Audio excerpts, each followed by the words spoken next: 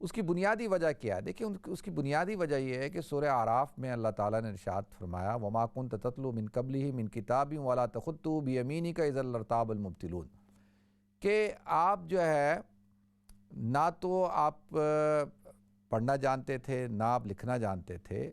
وہ اس کی بنیادی وجہ یہ تھی کہ تاکہ جو دشمنان اسلام ہیں، جو اسلام کے مخالفین ہیں، وہ یہ کہتے کہ بھئی یہ جو نبی کریم صلی اللہ علیہ وسلم یہ جو وحی اتر رہی ہے، یہ قرآن جو بیان کرتے ہیں، یہ انہوں نے کہیں پڑھ کے آئے ہیں، انہوں نے کہیں پہ پڑھ لیا ہے، اور وہ جو استاد کے پاس بیٹھتے تھے، شعراء کے پاس بیٹھتے تھے، کیونکہ وما ہوا بقول شاعر، کہ اللہ کے رسول صلی اللہ علیہ وسلم شاعر بھی نہیں تھے، تو اس لیے کہ اگر شعراء کے پاس بیٹھتے تو لوگ کہتے دیکھا یہ تو کوئی کمال تھوڑی ہے، انہوں نے شعر و شاعری سیکھی ہوئی ہے، وہی کلام عربی میں یہ پڑھتے ہیں.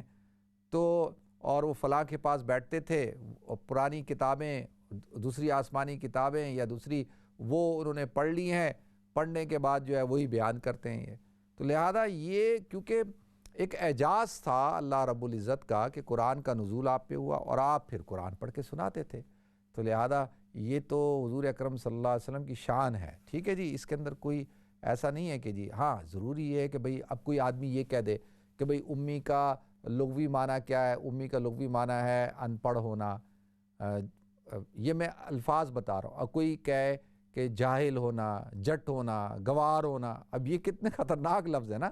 اب ان الفاظوں کو تو استعمال نہیں کیا جائے گا.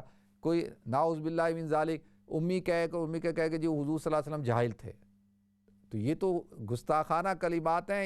اس کلمے سے تو انسان جو ہے وہ کافر ہو جائے گا. نقل کفر کفر نہ باشد، میں آپ حضرات کو سمجھانے کے لیے کہہ رہا ہوں کہ یہ کوئی لفظ استعمال کر دے تو یہ تو پھر تو وہ تو کافر ہو گیا، اس نے تو حضور کے شان میں گستاخی کر دی ہے. تو لہذا یہاں پر یہ کہ وہ شخص، یہ تو حضور کی صفت ہے کہ حضور، اور دوسرا یہ کہ دنیا کے اندر حضور کا تو کوئی استاد ہو ہی نہیں سکتا تھا. اللہ تعالیٰ نے آپ کو تو جو علم عطا فرمایا، علم نبوت عطا فرمایا، اور جو قرآن اور وحی کا علم اللہ تعالیٰ نے دیا، اپنی ذات سے دیا، تو لہذا اس حوالے سے تو یہ حضور کی شان ہے. حضور کا اللہ تعالیٰ نے حضور کو یہ مقام عطا فرمایا. ٹھیک ہے جی، تو سوچ سمجھ کے الفاظ کا چناؤ سوچ سمجھ کے ہونا چاہیے. دوسرا وظیفہ بتائیں کہ جو پڑھنے جاتی ہوں میں، پھر پڑھائی پہ دل نہیں رکھتا، گھر آ جاتی ہوں، قرآن پڑھ لیتی ہوں، باقی کوئی چیز. اچھا دیکھیں، سورہ علم نشرح پڑھ کے آپ 7 دفعہ سورہ علم نشرح پڑھ کے اپنے سینے پہ دم کیا کریں جب بھی آپ پڑھنے کے لیے جائیں. انشاءاللہ دیکھیں آپ کا دل لگے گا، سینہ اللہ تعالیٰ کھول دیں گے. تہجد کا وقت جو ہے وہ رات کو شروع ہو جاتا ہے، تقریباً آپ سمجھ لیں کہ 1/3 رات گزرنے سے لے کے صبح صادق تک تہجد کا وقت رہتا ہے. آپ تہجد پڑھ لیں، اور بہتر وقت یہ ہے کہ رات کے آخری حصے میں تہجد پڑھیں. دوسرا میری بھائی نے سوال پوچھا ہے کہ 2 بھائیوں نے مل کے گھر لیا. ٹھیک ہے جی، اور دونوں نے ایکول انویسٹمنٹ کی کہ بھئی ہم دونوں مل کے رہیں گے، اور ایک بھائی اس میں 5 سال تک رہا، اور دوسرا بھائی جو ہے وہ ملک سے باہر ہونے کی وجہ سے وہ اس گھر میں نہیں رہا. پیسے دونوں کے برابر لگے تھے. اب جب وہ دوسرا بھائی بھی آ کے رہنا شروع ہوا تو وہ پہلا والا بھائی جو 5 سال سے رہ رہا تھا وہ کہتا ہے جی اب مجھے اس گھر میں نہیں رہنا، تو لہذا آپ میرے پیسے مجھے واپس کر دیں اور میں کہیں اور جا رہا ہوں. ٹھیک ہے جی، تو کیا اب یہ جو بھائی ہے جو 5 سال تک رہا، تو کیا اس کو اپنے حصے کا جو شیئر تھا اس کا، وہ تو چلو مثال کے بعد 2 لاکھ کا لیا، اور 2 لاکھ پاؤنڈ کے گھر کا کرایہ 1000 پاؤنڈ تھا مثال کے طور پہ، تو اب کیونکہ اس میں 1 لاکھ اس کا حصہ تھا تو 500 پاؤنڈ کا حصہ بنا اس کا، کیونکہ 1 لاکھ تو دوسرے بھائی کے تھے، تو 500 پاؤنڈ شیئر بنتا تھا دوسرے بھائی کا کہ بھئی یہ پورا گھر استعمال کر رہا ہے اور اس کے پیسے بھی اس میں شامل ہیں، تو 500 پاؤنڈ اس کو دینے چاہیے. لیکن اس قسم کا کوئی ایگریمنٹ نہیں ہوا، کوئی کانٹریکٹ نہیں ہوا کہ بھئی جس وقت وہ گھر لیا تو کہ بھئی تم رہ رہے ہو میں تو نہیں رہ رہا، تو لہذا تم مجھے آدھا کرایہ تم دو گے، تو وہ یہ طے نہیں ہوا. اور اب جو وہ کہتا کہ جی پیسے دے دو مجھے، تو اب وہ پیسے لے رہا ہے، تو اب کیسے ہوگا؟ اچھا دیکھیں، شرعی طور پہ جب یہ تو اب ایک طرح سے تنازع کھڑا ہو گیا نا، کانفلکٹ ہو گیا کہ اب کیا کریں، اس کا مسئلے کا حل کیا ہوگا. اچھا جس وقت گھر لے جا رہا ہوتا ہے نا، دیکھیں جس وقت عام طور پہ بھائی مل کے لے رہے ہوتے ہیں اس وقت تو یہ باتیں تو ہوتی نہیں ہیں. اس وقت تھوڑی ہوتا ہے, اس وقت تو گھر کی لینے کی ضرورت ہوتی ہے. وہ کہتا ہے بھائی تو پیسے ڈال, میں ڈالتا ہوں, اور ہم دونوں رہیں گے, اور اس طریقے سے ہوتا ہے. تو بعد میں اس وقت تو کوئی کانٹریکٹ بھی نہیں ہوا, کوئی معاہدہ نہیں ہوا, کسی قسم کا کوئی وہ نہیں ہوا. اب کوئی چیز طے تو ہوئی نہیں تھی. اب جب طے نہیں ہوئی تو اس کا مطلب یہ ہے کہ آپ نے اجازت دی, شرعی طور پر اجازت تھی آپ کی کہ بھئی آپ اس گھر میں رہیں, تو آپ نے ان کو رہنے کی اجازت دی. یا تو آپ ان کو بولتے کہ نہیں بھائی تم میرے حصے کا کرایہ دو گے, تو اگر وہ نہیں دیتے تو پھر ٹھیک ہے, وہ ذمہ دار ہیں, گناہ گار ہیں, وہ دیندار ہیں آپ کے. لیکن آپ نے تو کوئی چیز طے نہیں کی, نہ انہوں نے آپ سے طے کی, نہ آپ نے ان سے طے کی. تو اب تو معاملہ یہ ہے کہ اب کانفلکٹ کھڑا ہو گیا, تو اس کو کیسے حل کیا جائے. تو اب دیکھیں کہ اگر وہ بھائی اس مسئلے کو حل کرنا چاہتا ہے تو وہ پھر کچھ کمپنسیشن ضرور دے, کیونکہ وہ 5 سال تک اس گھر میں رہا ہے. تو اس کے اوپر یہ ہے کہ اخلاقی طور پر وہ جو بھی سمجھتا ہے کہ بھئی یہ مناسب اماؤنٹ ہے, وہ اماؤنٹ اس کو دینا چاہیے. اگر وہ کہیں اور رہتا تو اتنا تو وہ کرایہ دیتا, تو لہذا اخلاقی طور پہ وہ پابند ہے, اس کو ایسا کرنا چاہیے. ٹھیک ہے جی. باقی جب بھی, اس لیے کہتے ہیں جب بھی جو معاملہ کرو نا, تو میں تو آپ کو گزارش کروں جب بھی کوئی معاملہ کریں, خدا کا واسطہ ہے اس کو لکھ لیں, لکھیں لکھیں لکھیں. میں آپ کو بتاؤں, اس دفعہ میں گیا نا پاکستان, میرا کافی ٹائم لگا. تو میں بیٹھ کے, ہم بھائیوں نے ہم 3 بھائی اس وقت وہاں تھے, 4 تھے, لیکن ہم 2 نے تو مستقل بیٹھ کے جو چیزیں تھیں, یہ تھا وہ تھا. میں نے کہا ایک ایک چیز لکھو, اور لکھو, سائن کراؤ, اور ایگریمنٹ ایفیڈیوٹ بناؤ, تاکہ جو ہے جو چیز اس کے نام پہ کل کو خدا نہ خواستہ اس کو کچھ ہو گیا تو وہ اس کے بچے کہیں گے یہ تو میری تھی, وہ تو ہوگی اس کی تھی, یہ کیا ہے. کیونکہ جب آپ فیملی بزنس کرتے ہیں, بھائی مل کے کچھ کرتے ہیں, تو بہت ساری چیزیں ہوتی ہیں جو اس کے نام پہ ہوتی ہیں, ہوتی کسی کی ہیں, کیا ہوتا ہے. تو ایک ایک چیز لکھوائی, ایک ایک چیز لکھو اس کو. اور میں نے کہا بھائی کسی کی زندگی کا کوئی بھروسہ نہیں ہے, لکھو. تو لکھیں, میں آپ سے گزارش کر رہا ہوں, تاکہ معاملات جو ہے وہ ٹھیک رہیں, ورنہ کل کو معاملات خراب ہو جاتے ہیں. نیکسٹ کال لیتے ہیں جی. السلام علیکم. وعلیکم السلام. مفتی صاحب کیسے ہیں؟ الحمدللہ میں ٹھیک ہوں, اللہ کرم شکر اللہ کا. جی بڑی نوازی. اچھا تھوڑا مسئلہ ہے, میری والدہ کو نیند نہیں آتی بالکل. ہاں, تو کوئی وظیفہ ایسا بتا دے جو ان کو نیند آئے. تو نیند کیوں نہیں آتی ان کو؟ بتائیں, ان کو بلڈ پریشر بھی ہوتا ہے, شوگر بھی ہے, کافی عرصے سے نیند آتی ہے, لیکن وہ ایسی پرسکون نیند نہیں آتی ان کو, تو پریشان رہتے ہیں. کوئی ایسا وظیفہ شریف. چلیں ٹھیک ہے, میں بتاتا ہوں جی. ٹھیک ہے جی, بہت شکریہ آپ کی کال کا, جزاکم اللہ. نیکسٹ کال لیتے ہیں جی. السلام علیکم. السلام علیکم مفتی صاحب. وعلیکم السلام. الحمدللہ میں ٹھیک ہوں, اللہ کرم. میرے 2-3 سوال ہیں آپ سے. ایک تو یہ تہجد کی نماز کا وقت کب شروع ہوتا ہے؟ ابھی تو بتایا میں نے, دیکھیں نا آپ حضرات, ابھی میں نے بتایا نا تہجد کی نماز. میں نے ابھی ٹی وی کھولا تھا, جب میں نے پھر پتہ ہے آپ کیا کریں, اب آپ کیا کریں, اپنے بیٹے کو, پوتے پوتی کو, نواسے نواسی کو, بیٹی کو بولیں لکھیں تہجد کا وقت کب شروع ہوتا ہے, مفتی عبدالوہاب. تو میرا وہ کلپ ہے نا, یہی کلپ یوٹیوب پہ وہ سن لیں. ٹھیک ہے, تو وہ تو میں کئی دفعہ بچا چکا ہوں. آپ حضرات اس طرح کرتے ہیں نا, پتہ ہے دوسرے لوگ کیا کہتے ہیں, دوسرے جو بہت سارے جو ریگولر کالر ہوتے ہیں نا, وہ پھر مجھے کہتے ہیں فون کر کے, مفتی صاحب ایک ایک سوال کو لوگ روزانہ پوچھتے ہیں, 2 دفعہ پوچھ رہے ہوتے ہیں, ایک ہی پروگرام میں 2 دفعہ پوچھتے ہیں, آپ کچھ کہتے کیوں نہیں ہیں.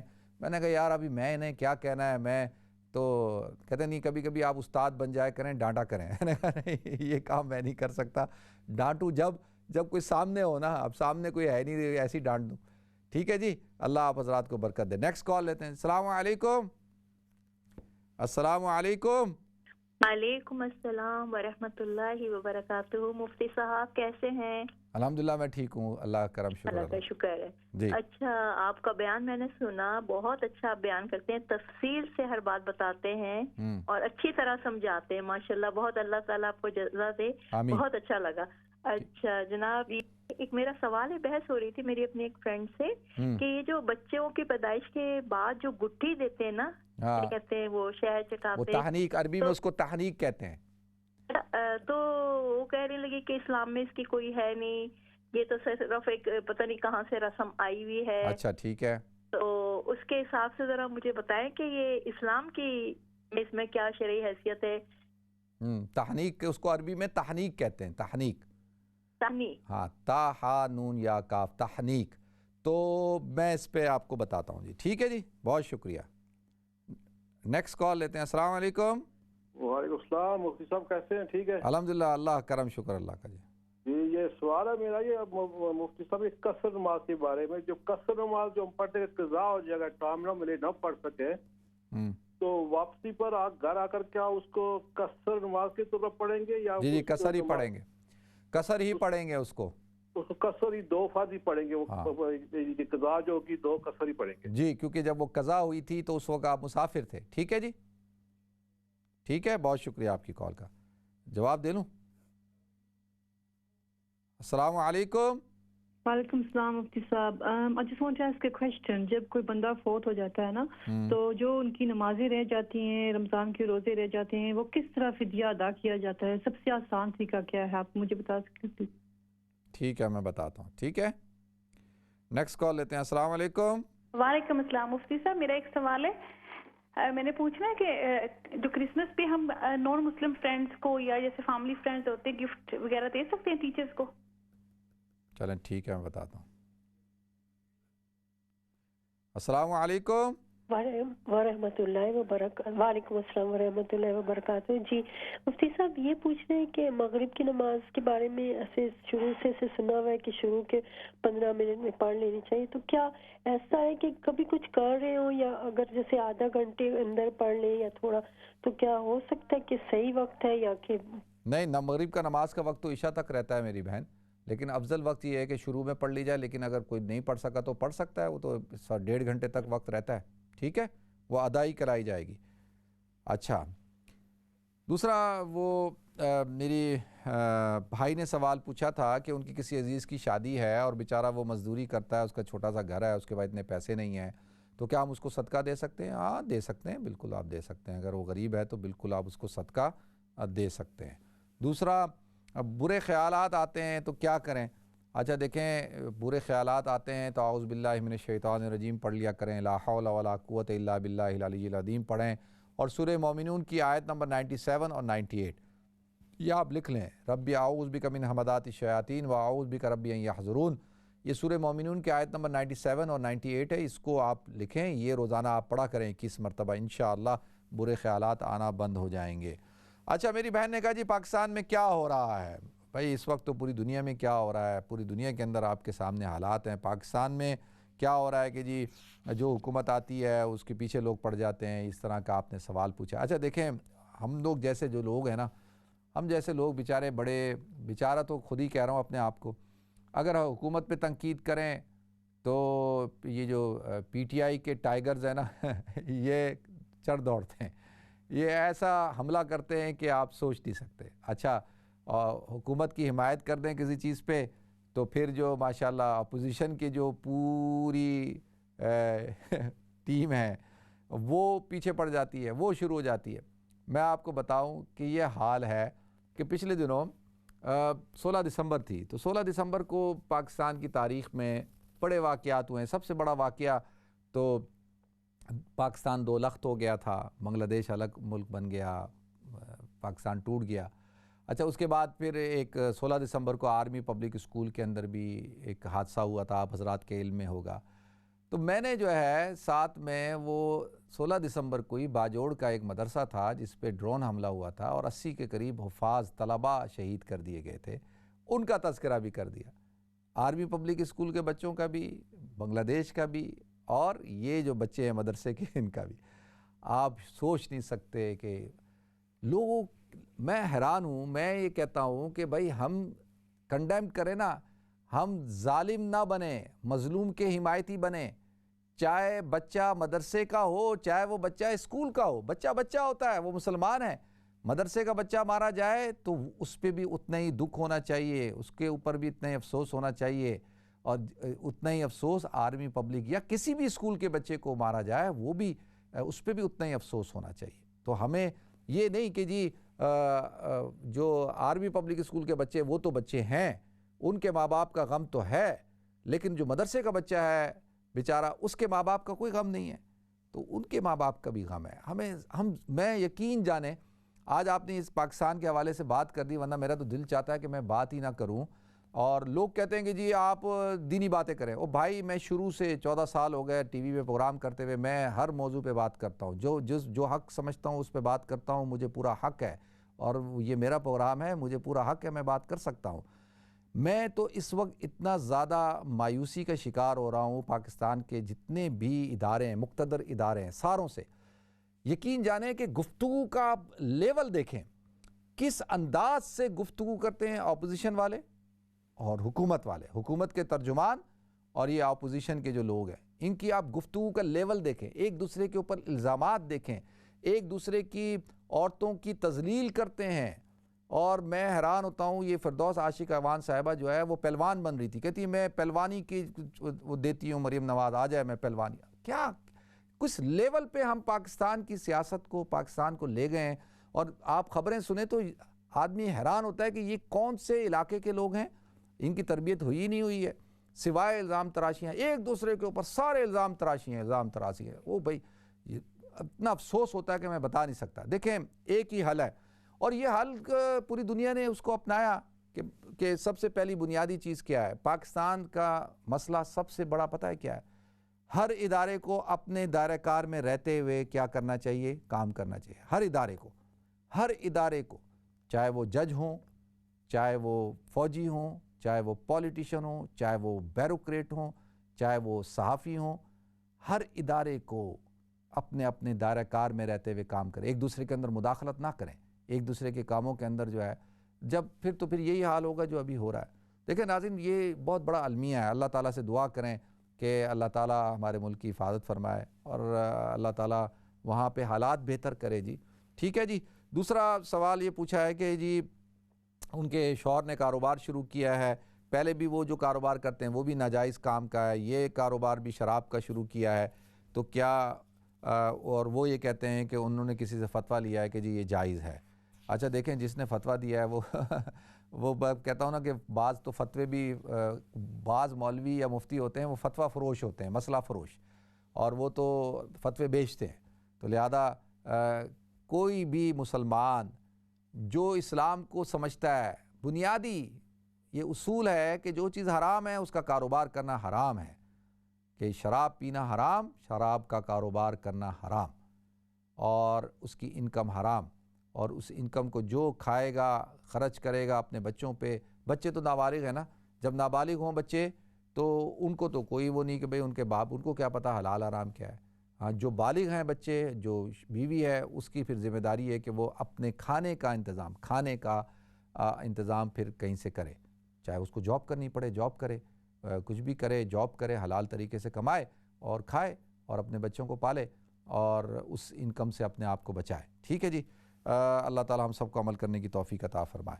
باقی بٹ کوئن کا کاروبار کرنا جائز ہے. اچھا دیکھیں، یہ کاروبار جس ملک کے اندر اس کو لیگلائز کیا گیا ہو اور حکومت کی طرف سے کوئی پابندی نہ ہو اور اس میں کوئی یعنی ایسا کوئی اسکیم وغیرہ نہ ہو تو کاروباری طور پہ اس کو کیا جا سکتا ہے. لیکن اگر کہیں پہ حکومت کی طرف سے پابندی ہے اور اس کے اندر کوئی ایشو ہے تو پھر جائز نہیں ہے، اور جہاں ایسا ہو لیگلی کر سکتے ہوں تو پھر کر سکتے ہیں. جی ٹھیک ہے. دوسرا، لڑکی کی ایک لڑکے سے شادی ہوئی، پھر اس لڑکے نے اس لڑکی کو طلاق دے دی. ٹھیک ہے. اب اس لڑکے نے اس لڑکی کی بہن سے شادی کر لی، تو اب یہ جو لڑکی ہے جو اس لڑکے کی سابقہ بیوی ہے، تو کیا وہ اس کے گھر میں جا سکتی ہے؟ اچھا دیکھیں یعنی سیدھی بات ہے نا کہ اس نے اپنی بیوی کو طلاق دے کے اپنی سالی سے شادی کر لی ہے، تو کیا یہ پہلے تو شرعی طور پہ ایسا کرنا جائز ہے؟ اچھا شرعی طور پر تو جائز ہے. شریعت میں ایک وقت میں دو بہنوں سے نکاح نہیں کر سکتے. ولا تجمعوا بین الاختین، قرآن کہتا ہے کہ دو بہنوں کو جمع نہیں کر سکتے. یعنی اگر ایک کا انتقال ہو گیا ہے، کئی دفعہ ایسا ہوا ہے کہ ایک خاتون کا انتقال ہو گیا تو پھر اسی خاتون کی بہن سے کسی نے شادی کر لی. ایسا تو میں نے کئی دیکھا ہے، کئی جگہوں پہ ایسا ہوا ہے، لوگ کرتے ہیں. لیکن طلاق دے کے ایسے ایسا بھی ہوتا ہے کہ وہ اسی لیے تو کہتے ہیں کہ بھائی سالی کو جو ہے اپنے شوہر سے دور رکھو، زیادہ فری ہونے کی ضرورت نہیں ہے.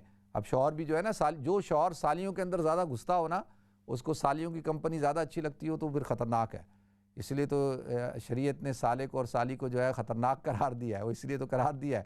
تو لہذا اس لیے بہنوئی سے جو ہے نا دور رہنا چاہیے، پردہ کرنا چاہیے. ایسا نہیں ہے کہ جی بے تکلف ہو کے پھر رہے کہ جی یہ جو کیا ہمارے جو ہے بہنوئی ہیں جی، اور بہنوئی سے کیا پردہ، اور بہنوئی کے ساتھ جو ہے وہ گپیں چل رہی ہیں اور جو ہے گھوم رہے ہیں پھر رہے ہیں. تو ایسا اس کا پھر نتیجہ یہ نکلتا ہے. تو اس طرح سے نہیں کرنا چاہیے. ٹھیک ہے. شریعت میں جو چیز ہے تو اس کے اندر کوئی نہ کوئی ضرور کوئی باریکی ہوتی ہے وہ جو ہمیں اور آپ کو سمجھ میں نہیں آتی.